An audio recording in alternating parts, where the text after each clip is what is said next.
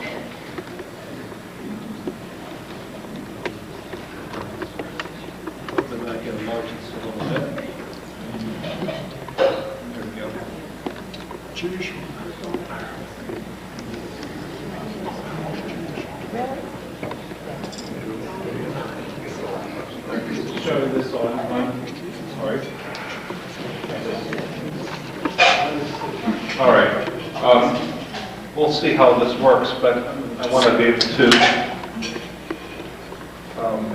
tell you some background.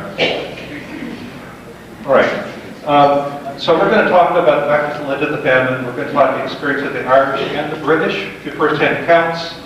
It provides some insight and relevance to contemporary events in this century. And the limits and culpability of governments and individuals confronting similar circumstances. Famines are not unusual. They've happened recently in Darfur and places like that. But the Irish famine ranks as one of the most significant in terms of the impact to the occupants. I'll give you a quote. Anyone familiar with an Irishman named James Joyce? Joyce wrote, "History is the nightmare we are trying to forget."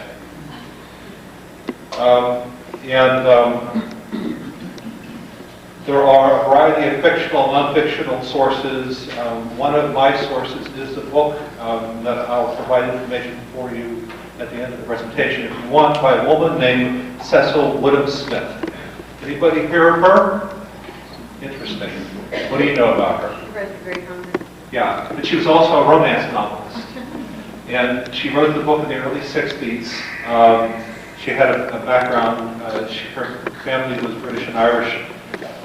But she did write The Great Hunger. That's one of my sources. And one of the reviews says, as history makes a good novel, fiction is the lie that reads like truth.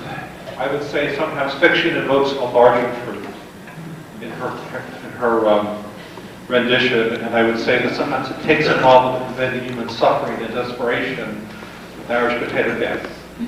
Three factors contributed to the famine. The weather, reliance on potato, and disease, both human and plant. This happens to be an image. Anybody recognize? Well, it looks like the Arctic or subarctic.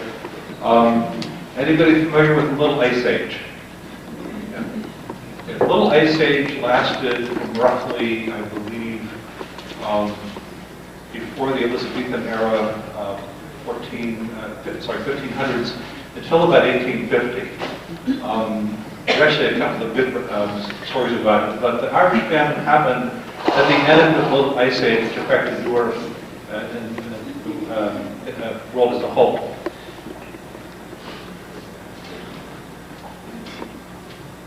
This is one of the stars of our show. Anybody recognize what you're looking at here, besides the fact that it looks kind of disgusting? That is the fungus itself that caused the famine. Fungus among us.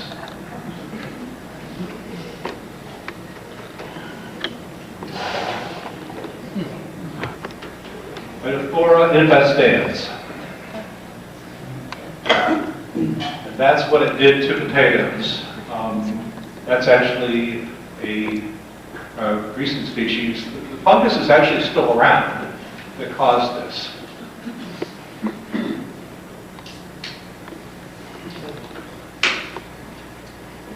Did you eat that? This is what the fungus does to potatoes. One of the factors that you may be familiar with is the Irish depended on a particular variety of potato. It provided a good yield, provided a good crop, and a small amount of land. We'll get to that later. But it was vulnerable to disease, and they really only had one crop, a monoculture.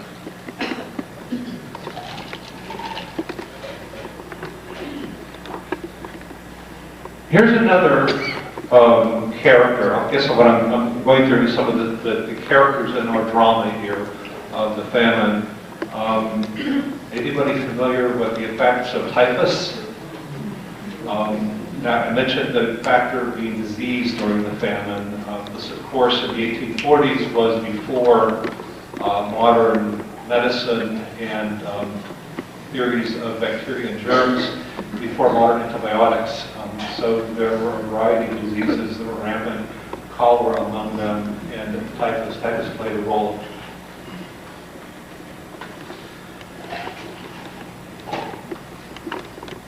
Another character.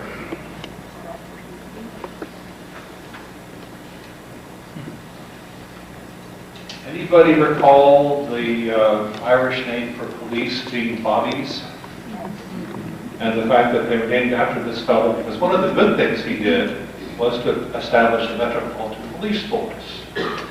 However, before that, he was the Chief Secretary of Ireland between 1812 and 1818, and the Prime Minister of Great Britain from 1841 to 46. A contemporary described him as possessed of a chilly smile, like a silver plate on a coffin. When visiting Ireland, Peel would notoriously put a leg on the table and toast the Protestant King William of Orange, King Billy, who defeated the Catholic James II at the Battle of the Boyne in 1690. He was nicknamed Orange Peel by anybody know? Famous Irish patriot, Catholic, Daniel O'Connell. Name sound familiar to anybody? Okay. Daniel O'Connell called him Orange Peel.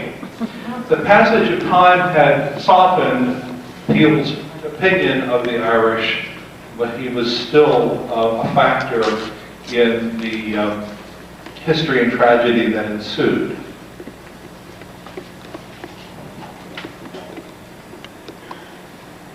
Another character in our drama, Charles Trevelyan, Assistant Secretary to Her Majesty's Treasury, became administrator of Irish relief. If James Joyce aspired to forge in the smithy of his soul the uncreated conscience of the Irish race, what about the English conscience of Charles Edward Trevelyan? Friends and associates reported Trevelyan as a man of rigid integrity who delighted in reading passages from the Bible aloud in a deep, sonorous voice. Macaulay, the historian whose sister Trevelyan married, described him thus: "He has no small talk. His mind is full of schemes for moral and political improvement." So competent, but like many bureaucrats, very much focused on his own ideas and his own version of reality. Everybody hear me okay still now? We okay with the crowd this size? A couple of others. The other players read like characters in a Charles Dickens novel. Charles, who never, by the way, never mentions the famine in his writing, despite his themes of the poor and dispossessed. Another character was Charles Wood, Chancellor of the Exchequer from 1846 to 1852, and Mr. Twistleton, head of the Relief Commission for Ireland. The Dublin Evening Mail called him Little Mr. Twistleton, the Poor Law King. An abler man and one is well acquainted with the poor law. Principles cannot be found, though he had some defects, chiefly of manner. Whatever his qualities, nor the famine, the task before him was almost impossibly difficult. Fellow Poor Law Commissioner Charles McGregor, Colonel McGregor, Inspector General of the Constabulary. We'll not quiz you later, but these are some characters and names you may be familiar with and figure in the action that follows. Additionally, a character named Edward Pine Coffin. You cannot make these names up. He was the commissary officer responsible for administering relief to remote and backward districts of the south and west of Ireland. Can everybody visualize a picture of Ireland with the towns of Dublin and Belfast in the north and east, and the more rural areas to the west? We'll talk about that more later. Then there are the Irish themselves and the part that they play. Daniel O'Connell stands as a seminal figure.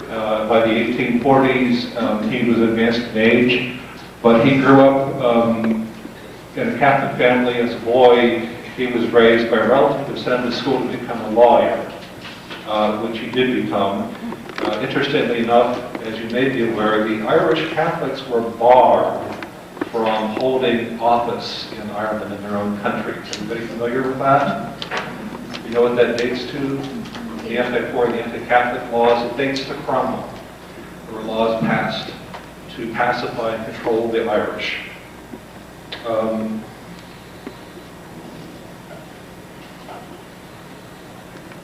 Here's a character we'll look at later. Anybody recognize him? Thomas Mair. It's pronounced Mair, not Mayor. Anybody about the Civil War history? Gettysburg? Mair actually has a long road from a member of the Young Irish during the famine to emigrating to this country, where he became a very significant Civil War soldier and served, which was an avenue for a number of Irish.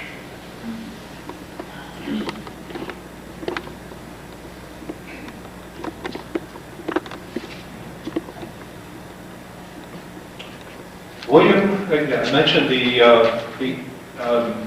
anti-Catholic penal code, which Edmund Burke described, the statesman who was Irish, by the way, described, dating from 1695, as a machine well fitted to suppression. William Butler Yates, the famous Irish poet and writer, said that of his own people, out of Ireland have we come, great hatred, little room, nameless at the start, I carry my mother's womb, a fanatic heart. Woodham Smith said, it's impossible to describe the privations suffered by the Irish themselves. You know what we're looking at here? He may have had a dirt floor and a thatched roof and stir about day after day, but one luxury enjoyed by most Irishmen was a cabin well warmed Anybody know by what? Peat. There you go. Well, Irish famous for being cutting peat and burning it. So one thing they had was plenty of fuel. So they had a turf bar indoors, and all that time indoors, nourished by the potato and encouraged by the family planning experts in Rome, allowed the Irish to procreate wonderfully. From about 1780 until 1841, the Irish population increased by about 172%. Again, think of the factors. You've got the beginnings of modern sanitation. You actually had some good harvest years, successful farming. The Irish were going well as far as that went through that time. And if you believe the stereotypical image depicted in Riverdance, I told you that I would put in a Michael Flatley reference. In Riverdance, the Irish were a bunch of carefree, well-fed, bare-chested lads and buxom, long-legged colleagues dancing on stage, all dressed in green. Stereotypes often reflect an element of truth. For the Irish people, music and dancing were indeed a universal diversion along with making babies. Makers of plurality, as Joyce called them. But during the famine, things became a bit different. I can imagine someone at that time observing Riverdance and commenting, "Here we are in 1847 starving," and then hopping up and down like they got St. Vitus dance. You never think they had ancestors without a meal.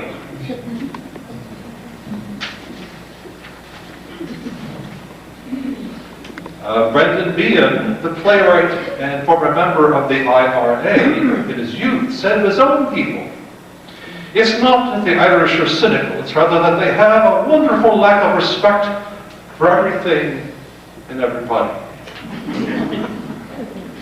And regarding the Irish people's own dysfunction and culpability in the famine, Brendan Behan said, "If it were raining soup, the Irish would be outside with forks." He was allowed to say that. He was Irish. So I've given you a little prologue, a little bit of the players. Let me give you a little bit of background.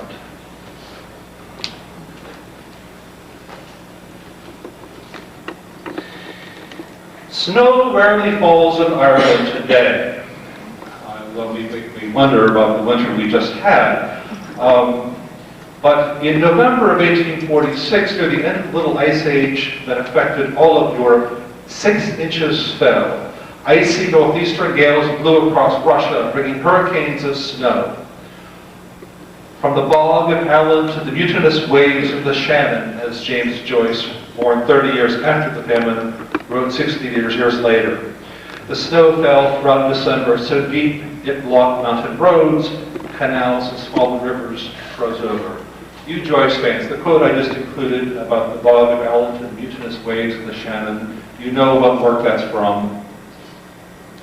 You're all pretty literate bunch of people informed. Anybody know the story of the Dead from Dubliners? Read it or see it. There's actually a really good version by John Huston with Angelica Houston. Wonderful, wonderful writing and images. I love the mutinous waves of the Shannon, which is a river in the west of Ireland. At the same time as the famine was approaching, the plans are being hatched in London in 1851 for what? Does anybody know? Fans of British history, Anglophiles? Great Exhibition? Crystal Palace? Victoria and Albert? Anybody ever seen it? Person? 1851. At the same time that the exhibition of 1851 was being hatched, on Górta Mor, which is the Gaelic phrase, the Great Hunger, struck in Ireland, the back garden of the workshop of the world.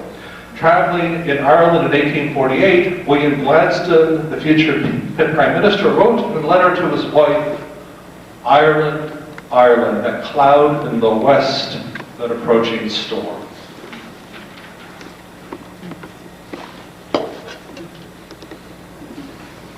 So I've set the stage, what's to come. And here we have a couple of Irish by their warm, happy hovel.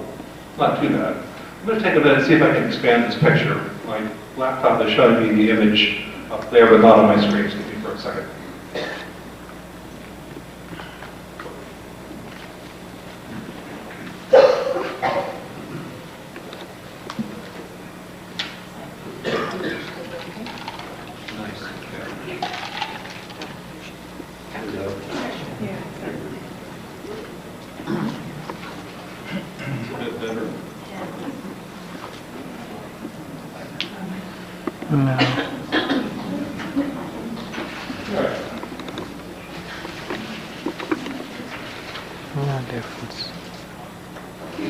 In 1844, a report appeared of, quote, a hitherto unknown disease attacking the potato crop.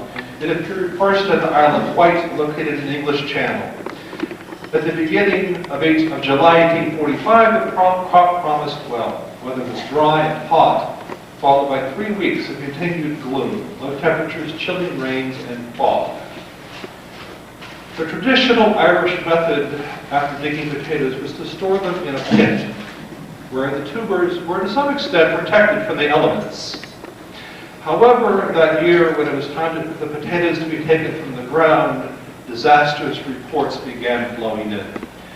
Like bureaucrats everywhere, the English minimized or tried to put a good face on it. It was the habitual policy of the British government to discount the veracity of news coming from Ireland. For example, a letter from the representative of the Provincial Bank of Ireland stated in 1846, quote, the failure of the potato crop is very much exaggerated. As I said, bureaucrats everywhere tend to want to minimize or normalize any circumstance now as then. The British Home Secretary, Sir James Graham, wrote that despite recent terrible rains, he was sanguine in the belief that the potato crop, though damaged, is not so much below average.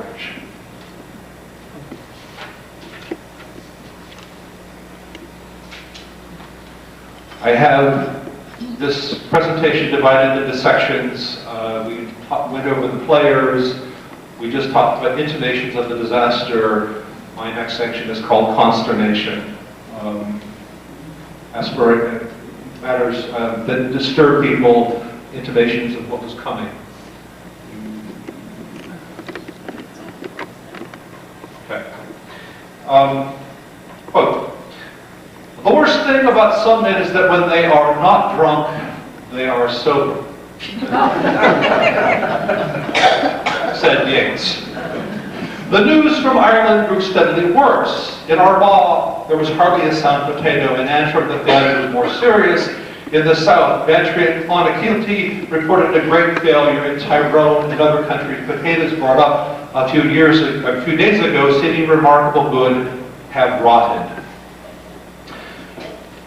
The scarcity prayer was directed to be used in Protestant churches throughout the United Kingdom. But people wondered, where had the rot come from?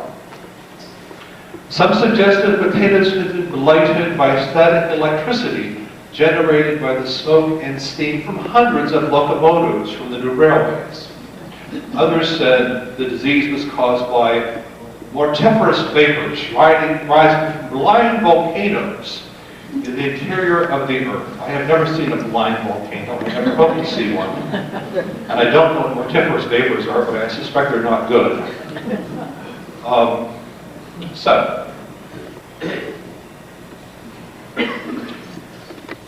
What do governments do when faced with any crisis? They set up a commission. They bring in experts. Now as then.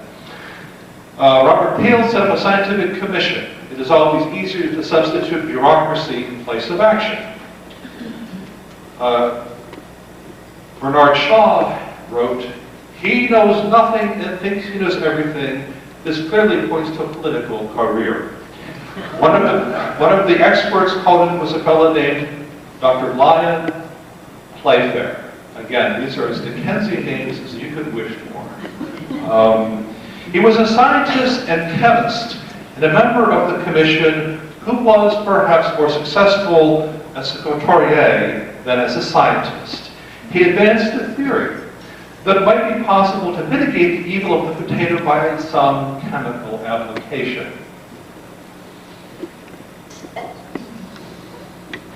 The remedy was to be effected through plain, practical instructions, thus. To deal with diseased potatoes, the Irish peasant was to rasp the bad potatoes very finely into one of the tubs, wash the pulp, strain, repeat this process, then dry the pulp on a griddle. The instruction concluded, if you do not understand this, ask your landlord or clergyman to explain its meaning. Now, why would these instructions refer someone to ask their clergyman to understand them? Think about the reference I made on the Irish poor laws, restrictions on education. Many Irish were illiterate. They had not had the benefit of schooling. In the West, many of them still spoke. Anybody know? Absolutely. They spoke Gaelic in the West, not English. So they had an obstacle, challenge to any program or even working amongst themselves to address the famine and even understand it. And the British tended to blame the Irish for their own problems.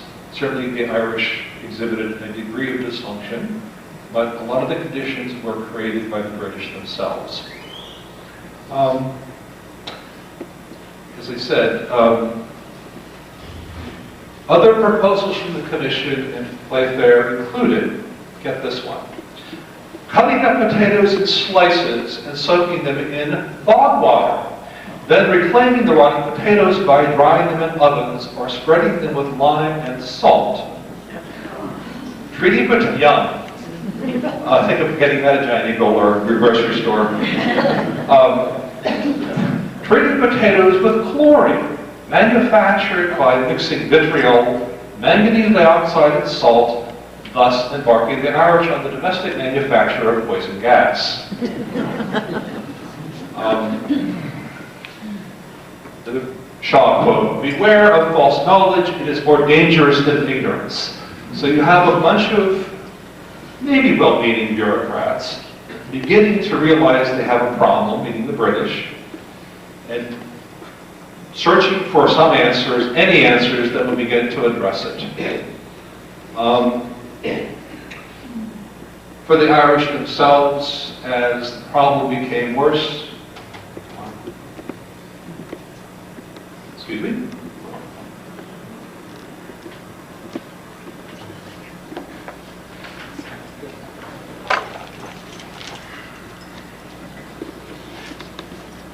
The Irish themselves began to become desperate. Here you have a people subjugated by the British, many of them illiterate, and what they know is the crops that they planted that they depend on are rotting. Bewilderment took hold of the residents of Ireland, quickly succeeded by panic. The unreasoning terror that makes animals stampede, and which, a little later, brought about the emigration of the population, which we'll talk about. The first to succumb were the poorest, squatters who lived in a hut of sod or bog, or on a seashore to harvest seaweed for potato manure.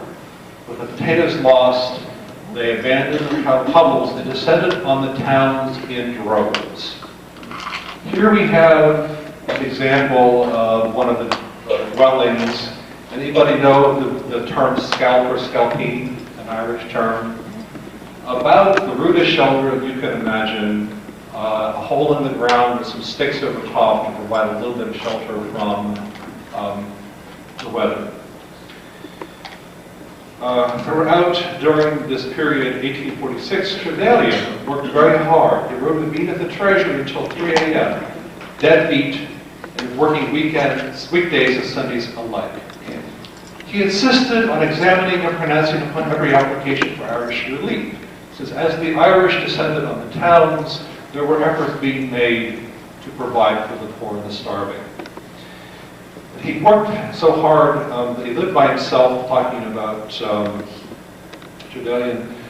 The deluge of applications of the public works combined with the strictness of Treasury created delays. So what do you get when you get government efforts to address the situation? Well, meaning as they might be, you get bureaucracy, you get delays, you get people concerned about the impact.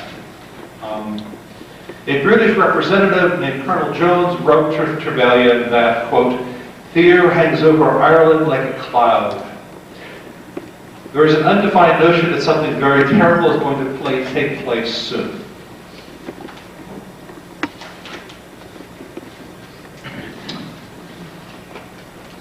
I've called this section Occupation and Alienation. I'm going to elaborate a little more on the Irish situation. Brendan Behan wrote, "I have never seen a situation so dismal that a policeman couldn't make it worse." And in this world, George Bernard Shaw wrote, "There's always danger for those who are afraid of it." The British government and the British people themselves viewed the Irish people as, quote, "poverty-stricken surplus population." There is no evidence that Dickens wrote about the Irish famine, which struck Ireland only a few years after he wrote the following lines: "Are there no prisons? Are there no workhouses? If they be like to die, let them be quick about it and decrease the surplus population." Anybody familiar with the name Thomas Malthus? Social Darwinism? This is the period when those theories began to appear. Darwin had began writing about origin of species in his theories. Malthus had calculated the population would outstrip the food supply. A lot of politicians, a lot of statesmen took this to heart. And there was a sense among some people that if people were less fortunate and were going to die, it was probably better for the survival of the fittest that they do. We'll talk about that a little more. The wretched, ragged crowds of Irish provoked irritation, heightened by the traditional English antipathy toward the native Irish. No attempt was made to explain the catastrophe to the people. On the contrary, government officials and relief committee members treated the destitute with impatience and contempt. So there you have a lot of the dynamic. I've had people at presentations tell me that what was perpetrated in Ireland was genocide intended by the British. Anybody buy that notion or think that's what happened? Okay. Why do you think that's the case? I think there's evidence that they shipped grain and corn out of Ireland. They did. We'll talk about the corn laws later, yes. British did a lot of things. For mass graves. Yes. So we have someone who goes for the British deliberately starved the Irish, versus another perspective which would say that they were incompetent if well-meaning, or that they were overwhelmed. Excuse me. I could be talked into that. Have a good day. Either way, it doesn't matter to those who died, the origins of that. One of the newspapers wrote, "Everything has been tried but a little sympathy and kindness." Quote Bernard Shaw, "The art of government is the organization of idolatry." British Chancellor of the Exchequer Wood, who disliked and distrusted the Irish, wrote angrily that the safe and comfortable existence our rations have afforded them, declared that they have hardly been decent while they had their bellies full of our corn and their pockets full of our money. Many British newspapers echoed the government's cynical attitude toward the Irish. One, however, the Illustrated London News, remained sympathetic. Its editorial shamed the British government, calling its efforts a mockery. Quote, "There is only one book the British government believes in, the Ledger. Neglect, carelessness, and laissez-faire do not make a cheap system of government, but a very costly one. We have not done our duty toward Ireland." Laissez-faire. Somebody give me a definition? Literally? Hands off? Free market? It's unfamiliar? The idea that the market and private enterprise will correct itself and provide for everyone. That's okay as long as there's a system and an infrastructure in place to provide that. We'll talk about why that's problematic in early.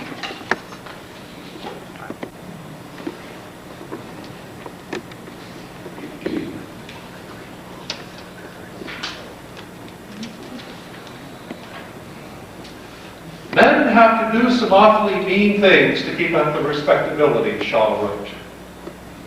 Yates wrote, being Irish, he had an abiding sense of tragedy which sustained him through temporary moments of joy.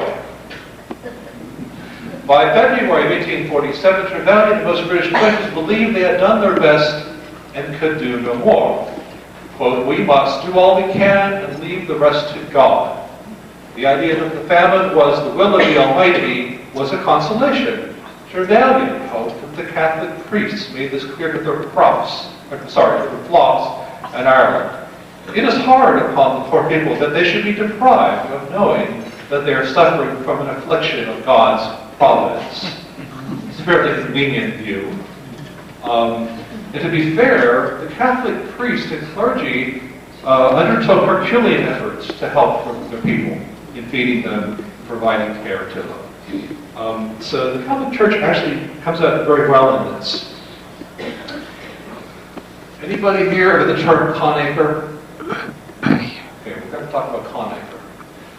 In consequence of the potato crop's failure, the Irish were unable to pay their rent. Now, the question then occurs, why didn't they just eat the potatoes that were okay, or their other crops? What are the crops? Anybody know what else the Irish grew? Oats, barley, cabbage. So why didn't they just eat the crops and then everything would have been fine? They weren't theirs to eat. Okay, what were they there for? They were from the British. You got it. The system of conacre was essentially a version of sharecropping. That you got a little bit of land. A lot of the landlords were British, some of them absentee, some of them were Irish. But they depended on their tenants to pay them in produce, which was then shipped overseas and sold. So the system was in place for this. All of a sudden, you're confronted with a problem, and the system doesn't adapt. So the choice of the Irish was what? To either starve, or eat their crops, or leave. And that's the source of a lot of the tragedy. The landlords were stuck between a rock and a hard place as well. The British had passed an amended poor law in 1847 that placed the burden of payment for the tenant on public relief on the Irish landlords. So here we have a subjugated population. The British are concerned about the amount of money headed out the door for relief efforts. And the number of Irish who are on relief. So what do? They decide, we'll make the Irish pay for their own relief. Evictions commenced, especially on land owned by absentee landlords who saw this as a way to avoid tax. I've got a good illustration of this.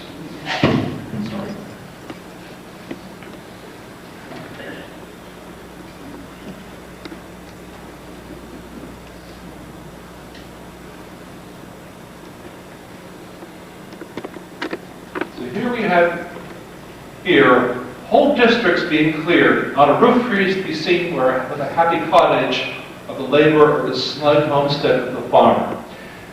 If you look, it's hard to see with the illustration. This is from the Illustrated London News, 1848, but those are soldiers around the cabin, and the tenants are being forcibly evicted. And what's interesting is the people who are evicting them are probably Irish themselves. The Irish have a tradition of making great soldiers. Anybody hear that?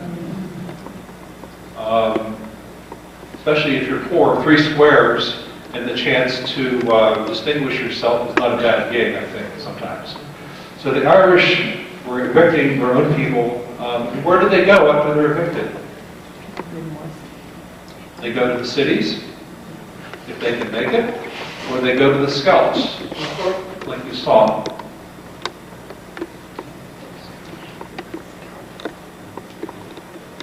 And of course, if they go to the cities, they're hungry.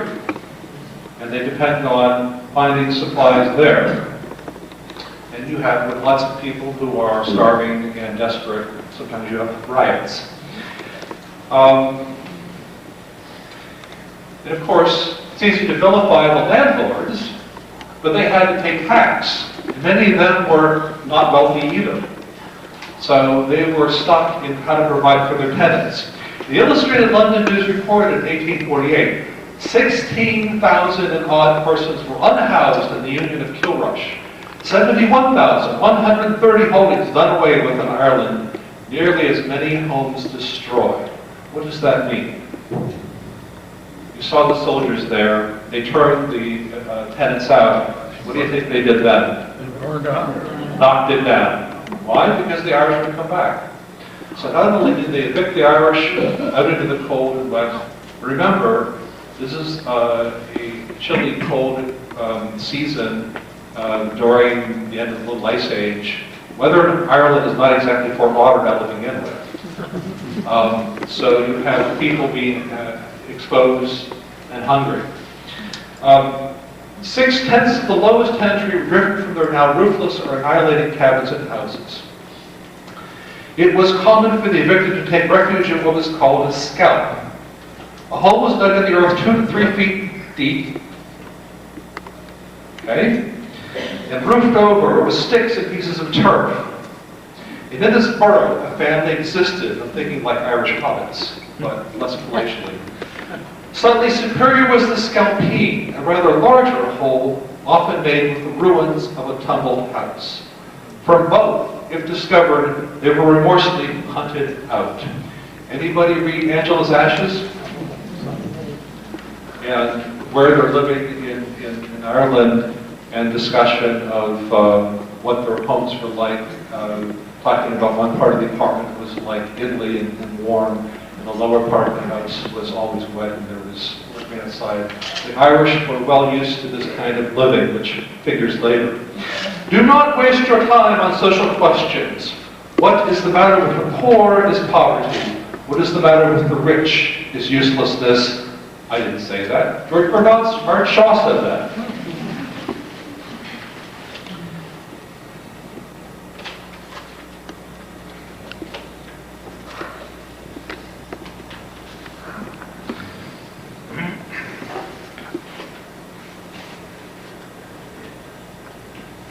Here's a couple here.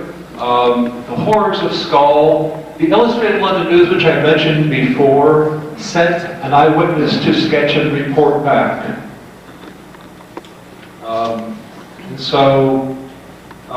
These are illustrations. Of course, we didn't have Facebook then, or Twitter. This was the version of Twitter and Facebook that the Irish had to learn what was going on and for the British to learn. The fellow's name who sketched and reported back to the British was named Mahoney. He wrote, "I could not imagine till I went into the field, and then I found them patiently turning over a whole ground in the hopes of finding the few potatoes that might have been overlooked." Anybody heard the term gleaning? Well, this is gleaning at its lowest point. We have children digging in the mud, looking for a few potatoes they still might eat.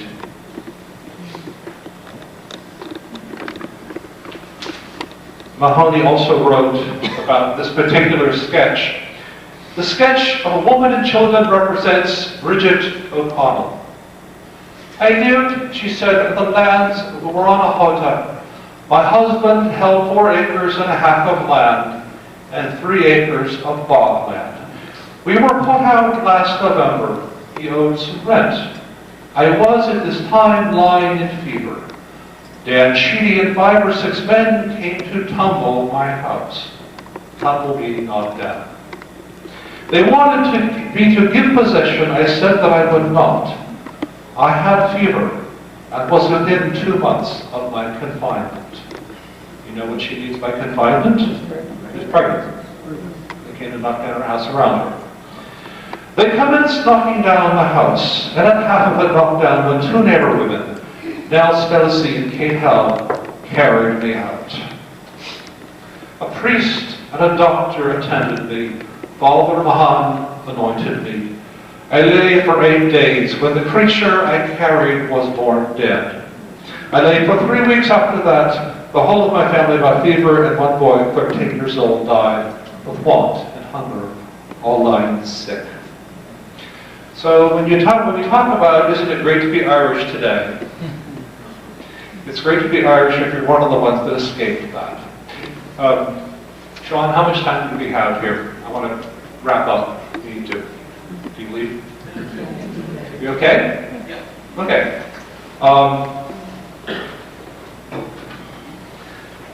By March, by 1847, the British could no longer deny the existence of a fever and epidemic in Ireland. The Skibbereen, there was hardly a house that did not have a disease and starvation. The sub-inspector of police got very ill with it, as did the manager of the local branch of the Provincial Bank of Ireland. The inspecting officer caught fever and died. His successor, after 24 hours in Skibbereen, resigned and fled. So along with starvation and being turned out of their houses, disease strikes the Irish. And what disease am I talking about? As I mentioned at the beginning, typhus. Typhus, known as black fever, was regarded by the Irish with terror. Rickettsia bacteria attack the small blood cells of the body, especially the skin and brain. The circulation of the blood is impeded. The face swells and turns a dark, congested hue. There's nothing romantic about this. Anybody heard accounts of tuberculosis, which tended to be romanticized? Disease and illness of any type, when you're faced with it, is like this. So you have people beginning to be ill. Why? Well, because they're also starving and exposed to the elements. So, at this time, newspapers began, including the Illustrated London News in particular, wrote, "The ruin is great and complete," talking about the condition of Ireland. It came in the guise of charity and benevolence. It assumed the character of the less than vast spread of peasantry, and it has struck them to the heart. They are prostrate and helpless. The once frolicsome people, even the saucy beggars, have disappeared and given place to wan and haggard objects, who are so resigned to their doom that they no longer expect release. Again, Bernard Shaw, the worst sin to our fellow creatures is not to hate them, to be indifferent toward them. The essence of inhumanity.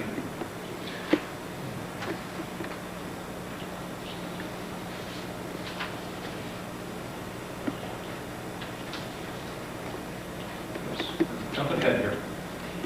That's why I have homework. There we go. More evictions, having their homes. As I said, there were efforts, but few and far between.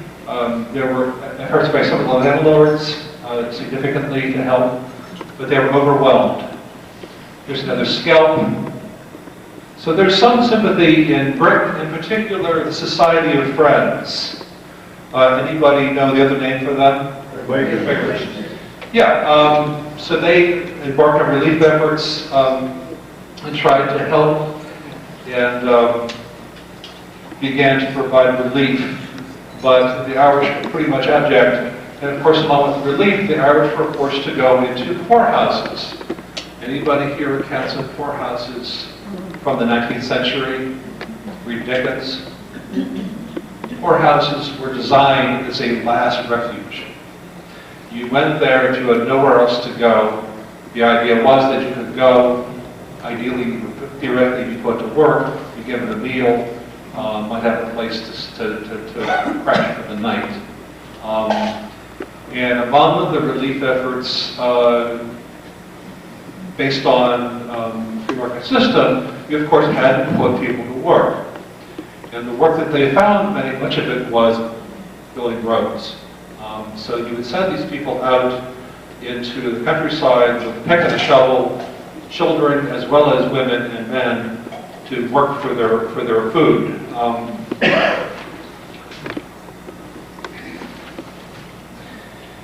And some of them had to walk great distances to be able to do the work. And if you were sick and couldn't make it, you were just out of luck. Here's the workhouse interior to show you that. Soup kitchen.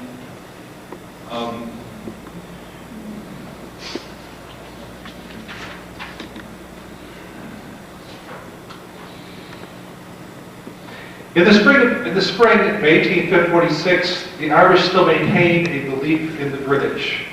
And were looking to them for support and relief. However, Smith O'Brien, a member of the Young Irish, saw families eating potatoes which no Englishman would give his hogs. People were eating food from which so putrid and offensive odors arose that they were obliged to leave the doors open. A ship's captain, a man of undoubted honor and veracity, delivered a cargo of meal to the Society of Friends in the West, observed, in one cabin, 4 adults and 3 children crouched silent over a fire. In another room, a man and woman lay in bed, mere skeletons. The man was past speech, the son of these people who had been in public works, himself was now ill from hunger. We talked about the people digging for potatoes and turnips. So one of the questions is, in looking for food, why didn't the Irish, when they went into town, just go to the local grocery store? The British actually gave them money, small amounts, for the work they did and for their relief. So why didn't they just go buy their provisions, frozen TV dinner or pizza? Anybody have an answer? Because Ireland didn't have the infrastructure. It did not have a good road system, or an efficient one for the transportation of goods. There were no grocery stores. There were shops in the cities. And of course you had to get to the cities to buy the food there. And in many of the towns, you saw the illustration of the riots, food ran out. So that was one factor. And in the West, conditions were even more grim. People were isolated. Again, they spoke Gaelic. One of the questions somebody has raised is, why didn't the Irish just fish? They're an island country. They have a tradition of that. In the West, anybody know what the coast of Ireland is like in the West? It's cliffs. There's no bays. So even if they could do some small amount of fishing, they couldn't do it in any kind of quantity or amount to really feed or help themselves. Somebody mentioned the fact that the Irish sold their food and the British exported it abroad. This is true. One of the ironies of the famine is the picture of the Irish lined up along the banks of the rivers in Dublin and in the cities, watching boatloads of food go downstream under guard. Because the policy of the British, this gets a little complicated, so I'll give you the 25-cent version that I understand. Somebody's welcome to correct me. But the British wanted to make sure that farmers in Britain were paid appropriately or made enough money from their crops. Therefore, they discouraged competition from abroad and food being brought in. So that even when the Irish were starving, the laws of the books did not permit them to import food. Now that changed during the famine eventually, partly under the direction and under the effort of Daniel O'Connell, so that the Irish eventually and the British eventually began to import food. Where do you think they got it? 1850s. By the way, the famine in Ireland was not just in Ireland. Does everybody know this? There was a potato famine as well in Scotland. There was a potato famine as well in Europe, in Germany. So they tried to buy food in Europe and Germany, and they couldn't. Where do you think they went for food? U.S. What did we have here? Corn, or as it was called by the British, maize. So the British eventually began to bring in quantities of maize to the Irish. What do you think the Irish reaction to that was? Think about it. You've been starving, you've had potatoes, all of a sudden you're bringing in something that you've never seen before. It's this yellow stuff, it's hard, you don't know what to do with it. You know what they called maize in Ireland when they first began bringing it? Peel's brimstone. Thought it was an attempt to poison them.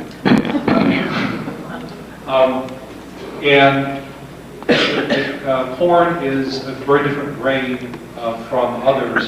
You have to mill it, and the process for milling grain was not set up for maize in Ireland. They eventually worked that out, but they had some challenges before they could do that. The other factor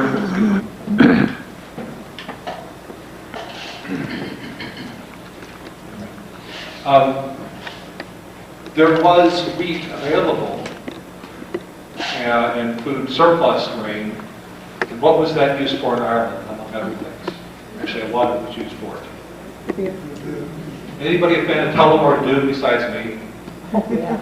Whiskey? Poteen is the Irish term for it. A lot of the wheat, grain that was there was used for whiskey.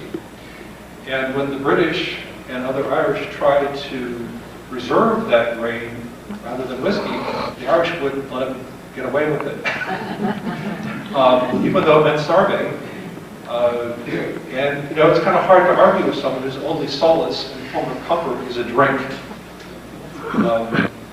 It's the shame of it. So that's some of the factors as far as being able to bring in other food. So lack of infrastructure, transportation, lack of monetary system. Few Irish at the time used cash. They bartered a lot. Language barriers and lots of books. So let's move on here to what happened as a result. The British free market view prevailed among British officials. I mentioned this. And they were concerned that the famine they recognized the famine as offering traders legitimate opportunity to make profits. And they were concerned that restricting dealers to what ordinary circumstances might be considered fair profits would aggravate the scarcity. There were public works established. I mentioned this before, and imagine this. To get to the public works, you might live in a town or village. So you might have to trudge 5 or 7 miles each day for 8 pence a day through snowdrifts, cut by icy winds. Many Irish did not have coats or shoes. One observer said the strongest men were reduced to mere skeletons. They worked until they fell over their tools, staggering from morning to nightfall. They could be seen daily in their clothes hanging on them like ghosts.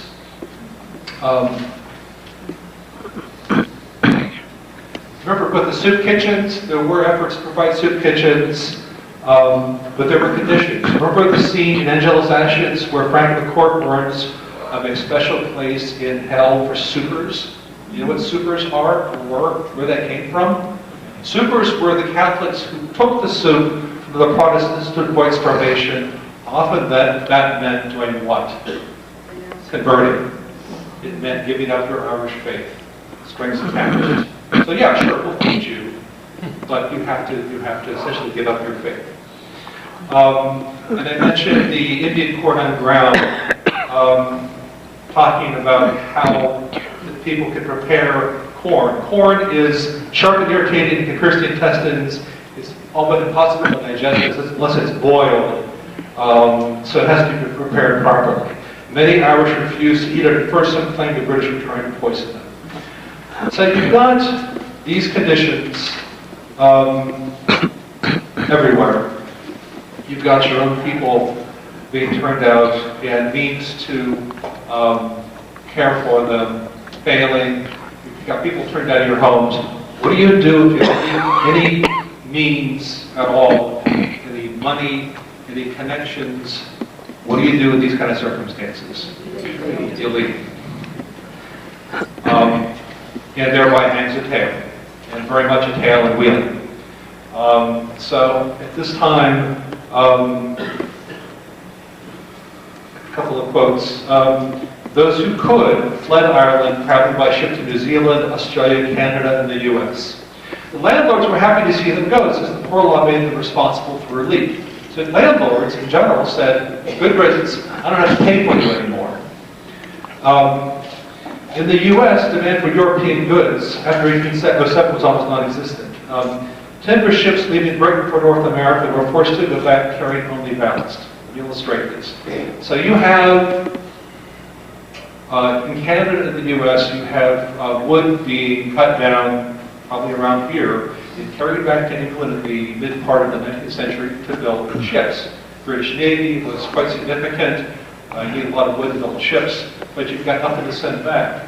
Guess what they found to send back to America and Canada? Irish. So now your baggage. They began promoting immigration. The solution was to carry Irish immigrants. The passenger trade had the blessing of the British government, eager to develop British North America. The expenses of fitting the ship were negligible. Wooden berths were put up between decks. In the early days, no provisions were supplied. Immigrants brought their own food, and owners provided only fuel or water. Fares were so low that it was possible to get to Quebec for as little as 2 or 3 pounds. So, just get out if you could.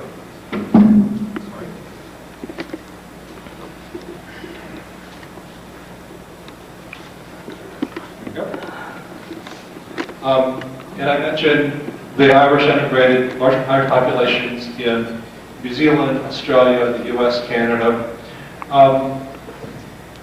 Now, eventually, the conditions improved, and boats were forced to carry lifeboats, and they had to carry medicine on board. But that's a heck of a thing to force you to leave.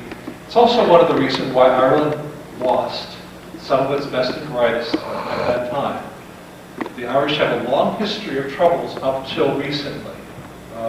The Celtic hybrid notwithstanding, that a lot of the some of the smartest, some of the most able left rather than starve.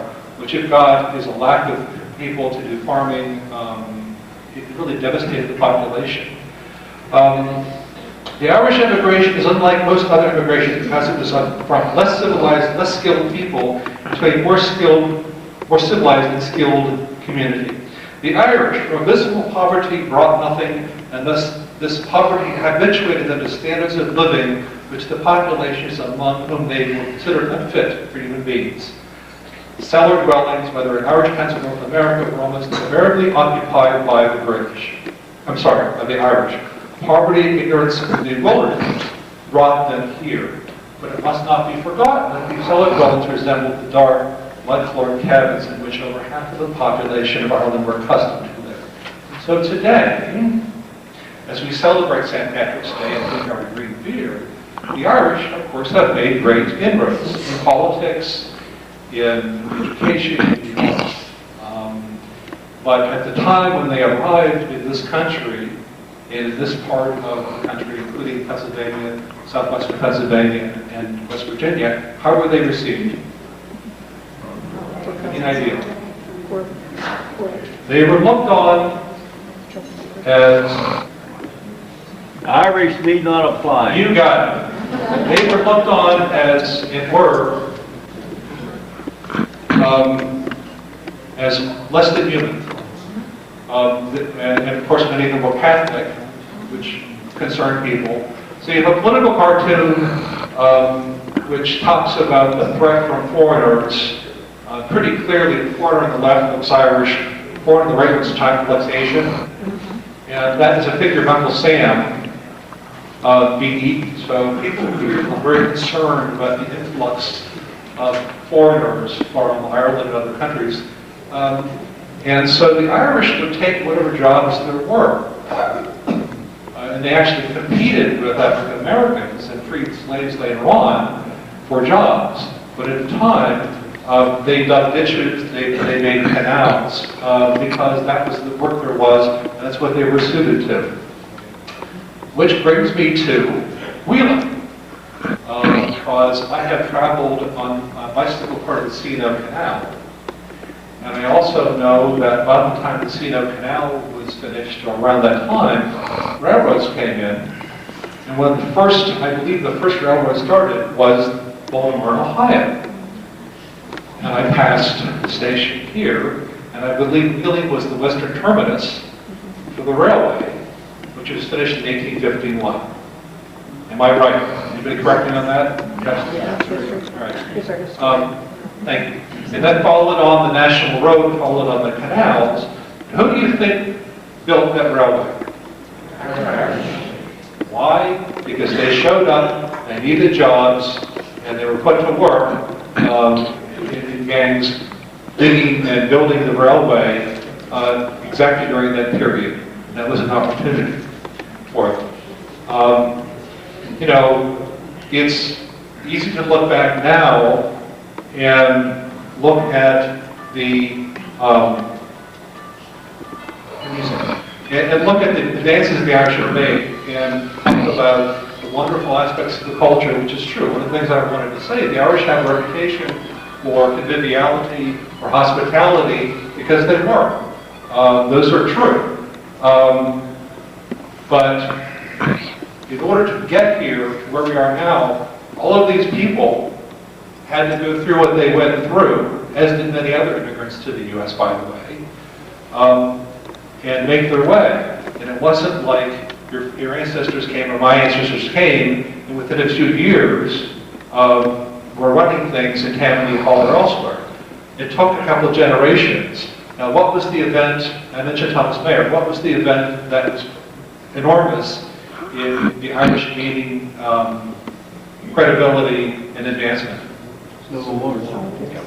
By the time a lot of the children of these immigrants were grown, the males, the Civil War started. A lot of the Irish served in Gettysburg and other brigades and rose through the ranks. Mayer, who was actually sentenced to death, his sentence was commuted and he was sent, transported to Australia, escaped, came here, started and served in the Irish Brigade in the Union Army, successfully distinguished himself and became a territorial governor, I think in Montana.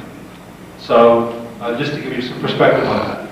I have songs, but we're also short on time, so I'm going to thank you. I'm also going to ask if you have questions. Any points you want to ask about, cover, contradict me, or discuss if we have the time to do it. When you're out this evening, having a meal and having your green beer, which I will be too, enjoy it. You and your ancestors earned it. And it is great to be Irish. It's great to be Irish, largely because your ancestors left the poverty and behind, came here and made a life for themselves, and are here today. Thank you very much. I will say, I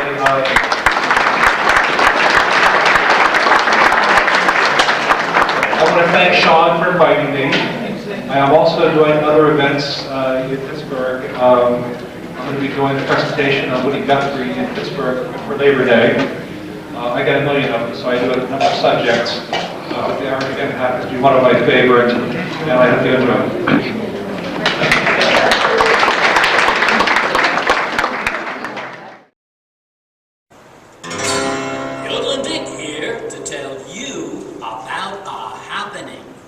Lunch with books.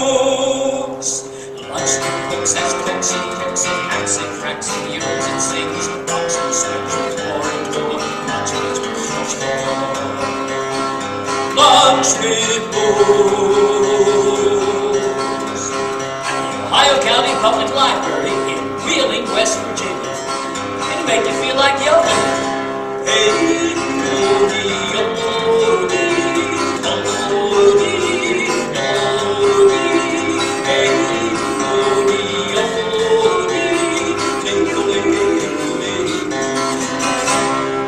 mostly on Tuesdays at noon. Bring your lunch, we'll provide the pot. And it's all free. Lunch with books. Knowledge is served.